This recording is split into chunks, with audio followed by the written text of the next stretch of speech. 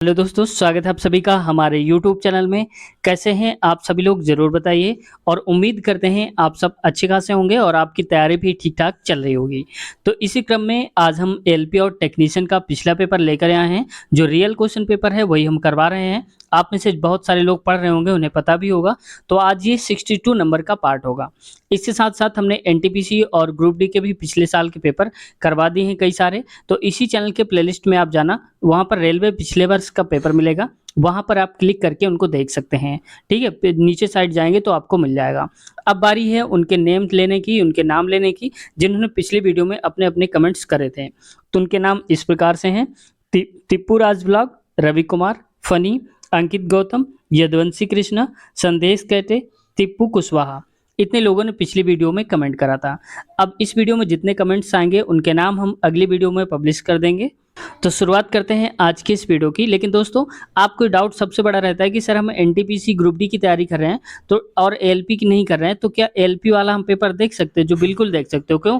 क्योंकि math, science जो होती है वो जीके वो सब सेम रहता है, वैसे ही रहता है। ठीक है? तो सीबीटी 1 तो एकदम सेम रहता है। कुछ क्वेश्चन होते हैं सीबीटी 2 में जो ट्रेड के आते हैं एएलपी और टेक्नीशियन में। तो ये पेपर आप सब देख रहे हो, किसी की तैयारी कर रहे हो, आप ये पेपर देख सकते हो। ठीक है? रेलवे की अगर आप तैयारी कर रहे हो तो।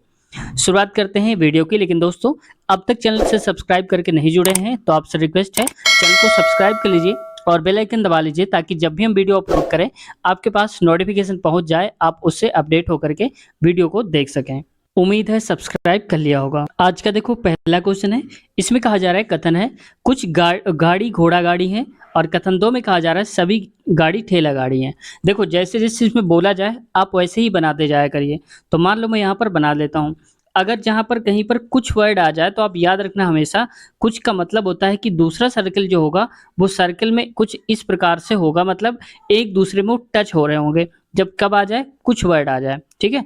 आगे देखो, अब कह रहे हैं कुछ गाड़ी घोड़ा गाड़ी। तो मान लिया मैंने कि इसको गाड़ी को जी लिख दिया, घोड़ा गाड़ी को मैंने लिख दिया जी, जीडी लिख देता हूँ। ठीक है? घोड़ा गाड़ी को मैं जीजी लिख देता हूँ, आपको कंफ्यूजन ना हो। जीजी। ठीक है? घोड़ा गाड़ी और ये है गाड़ी।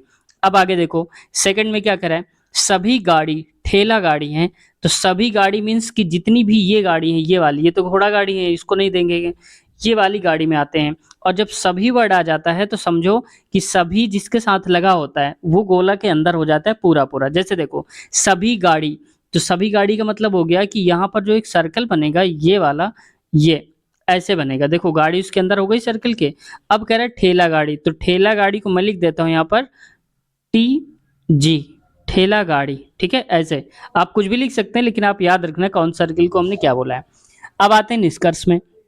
निष्कर्ष कह रहा है सभी घोड़ा गाड़ी ठेला गाड़ी हैं। तो कह रहा है सभी घोड़ा गाड़ी, घोड़ा गाड़ी तो ये है, ये वाली, और ठेला गाड़ी कैसे हो जाएंगी? ये तो इतना हिस्सा आ रहा है ना इसका, पूरा इसके अंदर तो नहीं आ रहा ना, तो ये तो गलत हो जाएगा। दूसरा, कुछ ठेला गाड़ी घोड़ा गाड़ी है। हाँ, ये हो सकता है कि कुछ ठेला गाड़ी जो है ये घोड़ा गाड़ी है, मतलब जो टीएच वाला हिस्सा है ये वाला, ये जीजी के अंदर आ रहा है। तो देखो, आ तो रहा है इतना वाला हिस्सा, ये वाला, तो ये बात सही है। ठीक है? तो केवल दूसरा निष्कर्ष अनुसरण करता है। तो यहाँ पर आप देख भी लो, इसमें कह रहा है केवल निष्कर्ष सेकंड लागू होता है। अगला क्वेश्चन, 24 ओम का प्रभावी प्रतिरोध प्राप्त करने के लिए 8 ओम और 60 ओम के दो प्रतिरोधों को समांतर क्रम में जोड़ा जाता है। आर का मान बताइए। तो देखो, ये सबसे पहले 24 ओम जो लिखा है प्रभावी है, मतलब तुल्य प्रतिरोध है। तो समांतर क्रम का फार्मूला होता है 1/r equal 1/r1 plus 1/r2। तो इसको r1 कर लो, इसको r2 कर लो, इसी क्रम में रख दो। तो 24 जो है वो तुल्य प्रतिरोध है, यानी कि प्रभावी, प्रभावी मतलब ये। तो 1/r की जगह में हो जाएगा 24 बराबर में 1/r का मतलब है 1/, ये केवल r1 का मतलब केवल r दिया है तो यहाँ पर r लिख दो, प्लस r2 हम मान लेते हैं ये वाला, तो हो जाएगा 1/60, क्योंकि r2 की वैल्यू क्या है? 60 है और r1 की वैल्यू है r। अब इसको देखो, इसको इधर लेकर के आएंगे तो हो जाएगा, मैं आगे लिख देता हूँ, 1/r इक्वल 1/60 माइनस 1/24 हो जाएगा। ठीक है? तो इसको और साफ साफ मैं लिख देता हूँ, 1/r हो जाएगा 1/60 माइनस 1/24 हो जाएगा। अब देखो, इसका अगर हम एलसीएम लेंगे दोनों का तो ये आ जाएगा 24 पंचे 20 हो जाएगा। तो इसका मतलब 120 इसका आ जाएगा एलसीएम। अब 60 से काटेंगे तो इसको दो बार में कटेगा, माइनस 24 पंचे, तो यहाँ पर आ जाएगा 5, ठीक है, 24 पंचे 120, और आगे आएगा 1/r इक्वल हो जाएगा, ये आएगा -3 और बटे में आएगा 120, इसको काटो 3 चौको 12, तो आ जाएगा -1/40 आ जाएगा। तो वहीं पर R की वैल्यू क्या हो जाएगी, इसका उल्टा करेंगे तो आ जाएगा 40 ओम आ जाएगा प्रतिरोध, ठीक है, क्योंकि माइनस में नहीं होता है। तो देख लो ऑप्शन नंबर इसका तीसरा सही उत्तर हो जाएगा 40 ओम का प्रतिरोध। अगला क्वेश्चन देखो, देखो बीच में आप सोच रहे हो क्वेश्चन छोड़ दिया है, तो क्वेश्चन जो छोड़ते हैं वो करंट अफेयर के क्वेश्चंस होते हैं, ठीक है, उनको हम छोड़ते हैं, या कोई ऐसा क्वेश्चन जो बहुत ज़्यादा लेंथी है, कैलकुलेशन बहुत लंबा है, उसको छोड़ते हैं, उनको हम बाद में सॉल्व करेंगे बोर्ड में। तो देखो यहाँ पर कह रहा है यदि 3a बराबर 6b बराबर 7 और a अनुपात b अनुपात c का मान बताना है। तो देखो सबसे पहले मान लो कि लिखा है 3a और 6 7, सबसे पहले नंबर देखो 3 6 7, इनका अगर एलसीएम लोगे तो कितना आ जाएगा, 7 6 42 आएगा। तो मतलब 3a लिखा है, ये 6b लिखा है और यहाँ पर लिखा है 7c लिखा हुआ है, ठीक है।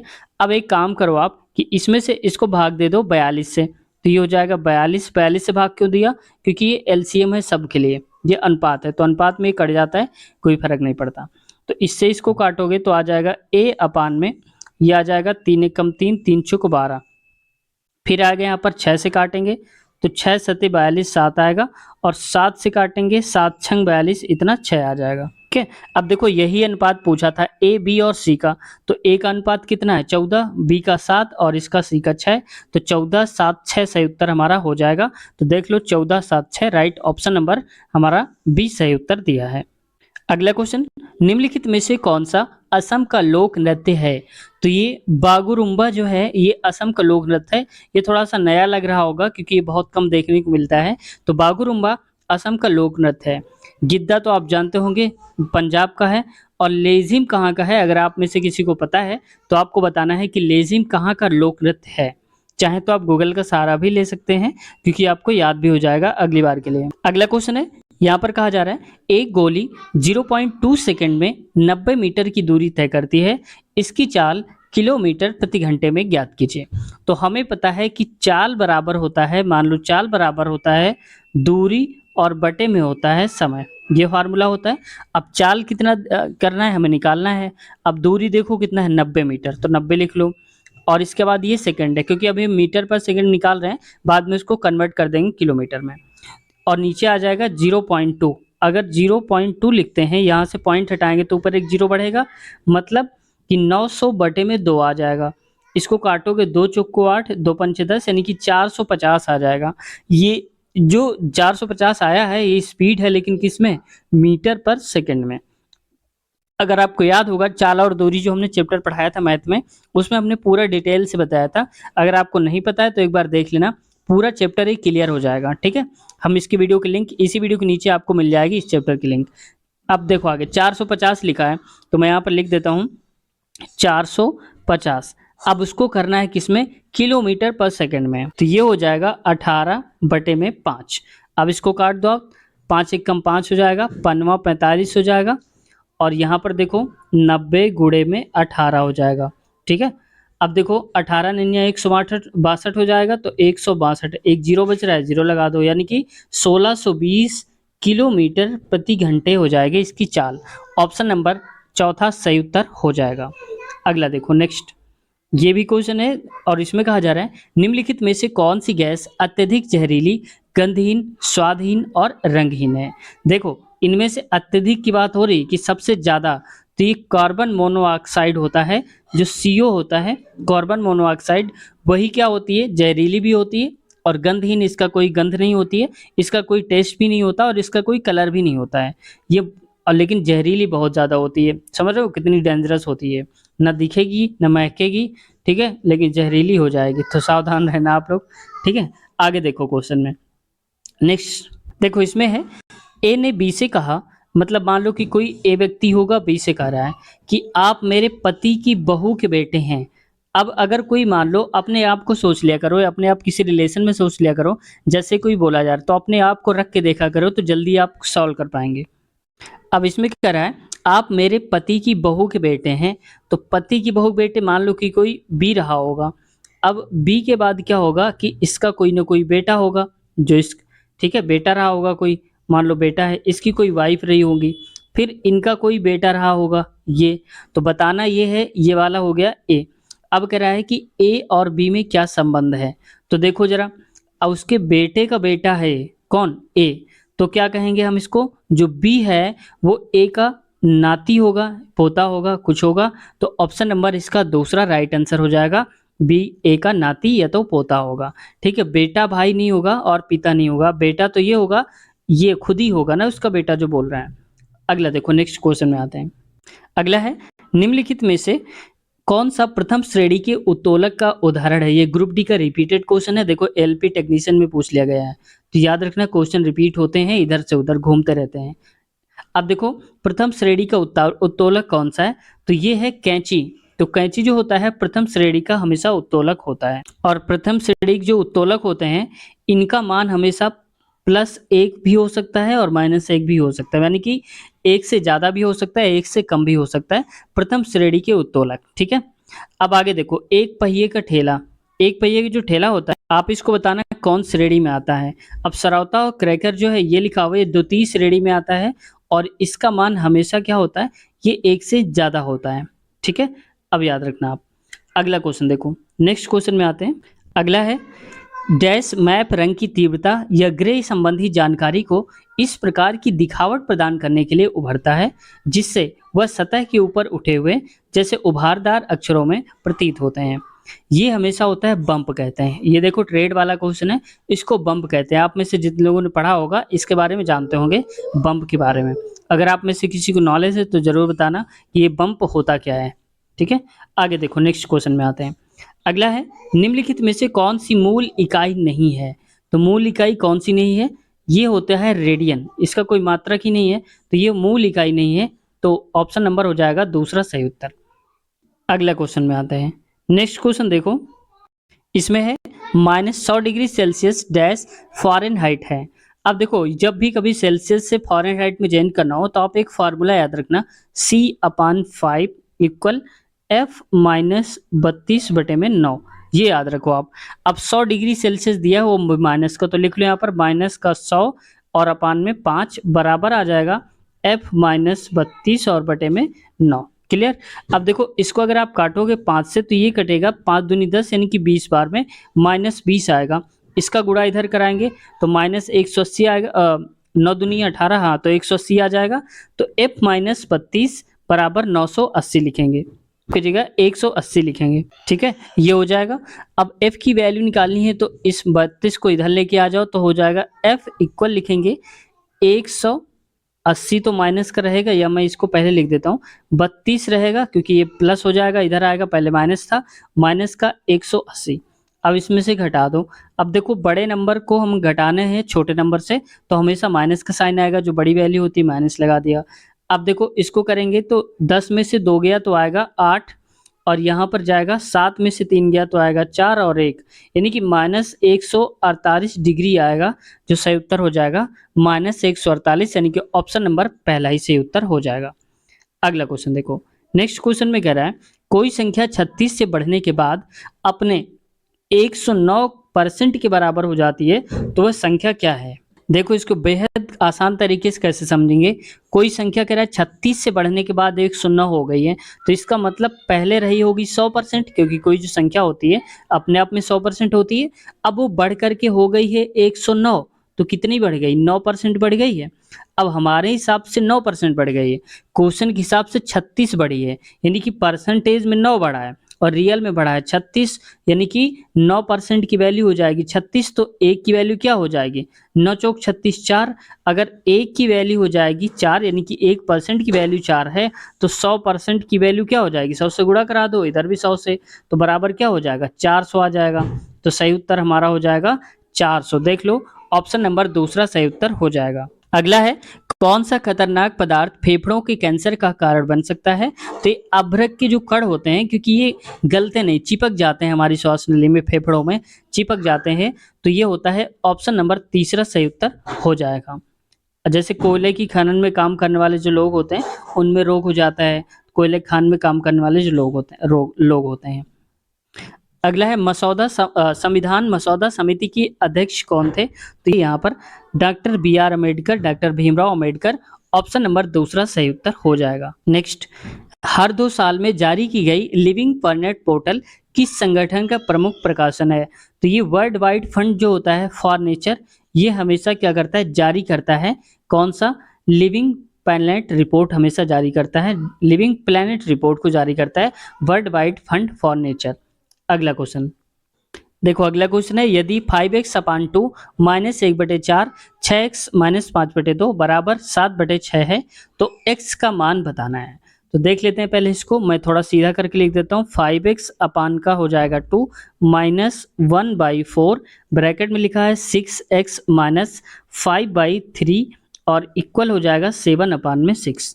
पहले इसको सॉल्व कर लो जो अंदर वाला है, तो सॉल्व कर लेते हैं। ये हो जाएगा 5x अपान में 2 माइनस 1/4 और इधर आएगा 3 छंग 18 हो जाएगा, तो लिखेंगे 18x और माइनस का 5/3 आ जाएगा, बराबर 7/6 तो रहेगा ही रहेगा। अब आगे देखो, इसका गुणा इधर हो जाएगा, तो ये लिखेंगे 5x/2 और यहाँ पर आएगा माइनस, ये 18x में हो जाएगा, लिखेंगे 18x और बटे में आ जाएगा, मान लो कि 18x माइनस का 5 और बटे में हो जाएगा पूरे के 4 3 12 यानी कि आ जाएगा 12। तो इसको मैं थोड़ा सा और साफ करके लिख देता हूँ ताकि आपको और आसानी से समझ में आ जाए। तो यहाँ देखिएगा 5x अपान में 2 माइनस का 18x माइनस का 5 बटे में हो जाएगा 12 इक्वल में 7/6। इतना बात क्लियर हो गई। अब आगे देखो, इन दोनों को अगर हम सॉल्व करेंगे तो नीचे आएगा एलसीएम 2 और 12 का 12 ही आ जाएगा, फिर आएगा 2 से भाग देंगे 6 आएगा और 6 का गुणा 5x में कराएंगे तो हो जाएगा 30x माइनस, ये 12 ही रहेगा, माइनस को इधर भेजेंगे तो माइनस का 18x हो जाएगा, ये माइनस और ये माइनस तो प्लस हो जाएगा, प्लस का 5 बराबर में 7/6। ठीक है, अब आगे देखो 30x में से 18x अगर चले जाएंगे तो बचेगा कितना, 12x बचेगा, 12x प्लस का 5 बटे में आ जाएगा 12। इसको मैं और थोड़ा साफ से लिख देता हूँ ताकि समझ में आए। तो देखो यहाँ पर आ जाएगा 12x, इसको लिखेंगे हम यहाँ पर प्लस का 5 हो जाएगा और नीचे लिखेंगे 12 बराबर 7/6। ठीक है, अब देखो 6 कम 6 6 दूनी 12, ये 2 को इधर भेज दो तो आ जाएगा 12x प्लस का 5 बराबर हो जाएगा 14। अब देखो इसको भी इधर भेज दो तो 12x बराबर बचेगा 9 और x की वैल्यू अगर निकालनी है तो x इक्वल आ जाएगा 9/12।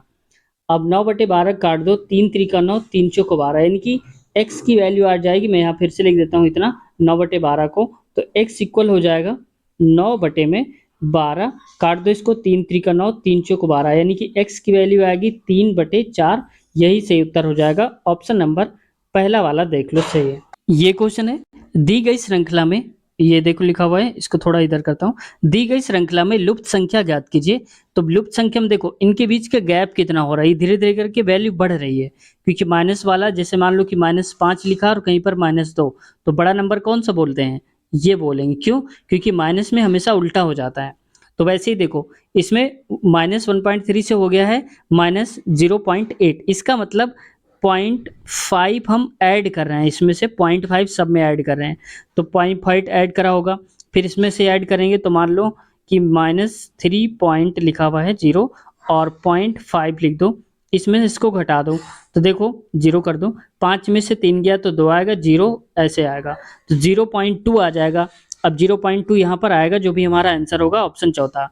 अब देखो ठीक ऐसे ही अगर 0.5 ऐड करेंगे तो 0.7 आ जाएगा, देखो आ गया है, फिर 7 में ऐसे ऐड करोगे तो 1.2 आ जाएगा, तो ठीक वैसे ही है। तो ऑप्शन नंबर इसका राइट हो जाएगा चौथा वाला। नेक्स्ट, शास्त्रीय संगीतज्ञ शिव कुमार शर्मा किस वाद्य यंत्र से संबंधित हैं? तो ये संतूर वादक हैं, ये बहुत फेमस है, संतूर वादक शिव कुमार शर्मा। अच्छा, बिस्मिल्लाह खान का संबंध किससे, इनमें से आपको बताना है बिस्मिल्लाह खान का संबंध किससे है। देखते हैं कितने लोगों का सही जवाब आता है, और जिनका भी जवाब आएगा अगली वीडियो में उनके नाम जरूर प्रकाशित करेंगे। अगला क्वेश्चन देखो, नेक्स्ट कह रहा है 8 सेंटीमीटर भुजाओं वाले समबाहु त्रिभुज का क्षेत्रफल इतना क्या होगा, ये बताना है। तो समबाहु त्रिभुज का क्षेत्रफल हमेशा होता है √3/4 और गुणा में भुजा स्क्वायर जो भी दिया होता है, तो √3/4 भुजा कितनी दिया है 8 सेंटीमीटर, तो 8 ही हो जाएगा 64, क्योंकि 8 का हमने किया है स्क्वायर तो आ गया 64। 4 से काट दो, 4 एक कम 4, 4 छिंग 24 हो जाएगा, तो 16 और रूट में आ जाएगा 3, तो 16 रूट 3 सही हो जाएगा, ऑप्शन नंबर तीसरा राइट आंसर हो जाएगा।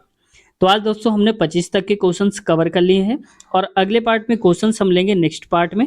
जब तक अब तक वीडियो को आप देख रहे हैं इसके लिए आप सबका बहुत बहुत धन्यवाद। और इसके आगे वाला पार्ट अगर आप देखना चाहते हैं तो इसी वीडियो के नीचे, जिस वीडियो को आप देख रहे हो इसी के नीचे आप देख लेना, डिस्क्रिप्शन में लिंक मिल जाएगा अगला पार्ट के नाम से। तो अगला पार्ट 63, तो वहाँ पर आपको मिल जाएगा। तो वीडियो कैसी लगी, अच्छी लगी, कुछ सीखने को मिला हो तो इस चैनल को सब्सक्राइब कर लीजिए, क्योंकि यहाँ पर हमेशा कंटेंट रेलवे संबंधित दिया जाएगा। तो चैनल को सब्सक्राइब कर लिया होगा ऐसे उम्मीद करते हैं। अगर आप मैथ की तैयारी करना चाहते हैं तो अलग से प्लेलिस्ट आपको मिल जाएगी वहाँ पर गणित वीडियोस के नाम से, उस पर क्लिक कर सकते हैं और क्लिक करके आप अगले पार्ट्स देख सकते हैं। साथ ही साथ अगर आप इसके एनटीपीसी ग्रुप डी भी देखना चाहते हैं तो बहुत सारे पार्ट्स हमने करवा दिए हैं। इसी चैनल के आप देख लेना प्लेलिस्ट में, वहाँ मिल जाएगा रेलवे पिछले वर्ष का पेपर। उस पर नीचे की तरफ अगर आप देखेंगे जाके तो एनटीपीसी ग्रुप डी के भी कई सारे पार्ट्स मिल जाएंगे। अभी आगे और भी हम एनटीपीसी ग्रुप डी को भी कंटिन्यू करेंगे, एएलपी टेक्नीशियन अभी करवा रहे हैं, सारे ही करेंगे। ठीक है, तो बेस्ट चैनल है आपको अगर आप रेलवे की तैयारी करना चाहते हैं। कुछ आप इसके नीचे एक बार देख लेना, डिस्क्रिप्शन बहुत सारी लिंक मिल जाएंगे आपको अलग अलग पार्ट की। रेलवे इंटरव्यू भी मिल जाएगा आपको, ग्रुप डी एनटीपीसी के पेपर की लिंक मिल जाएगी, इसी वीडियो के नीचे आप एक बार चेक कर लेना। तो उम्मीद है आप सब चैनल को सब्सक्राइब करेंगे, सपोर्ट करेंगे। आप सबका बहुत बहुत धन्यवाद, अब तक देखते रहे। मिलते हैं नए वीडियो में, अपना ख्याल रखिए, टेक केयर।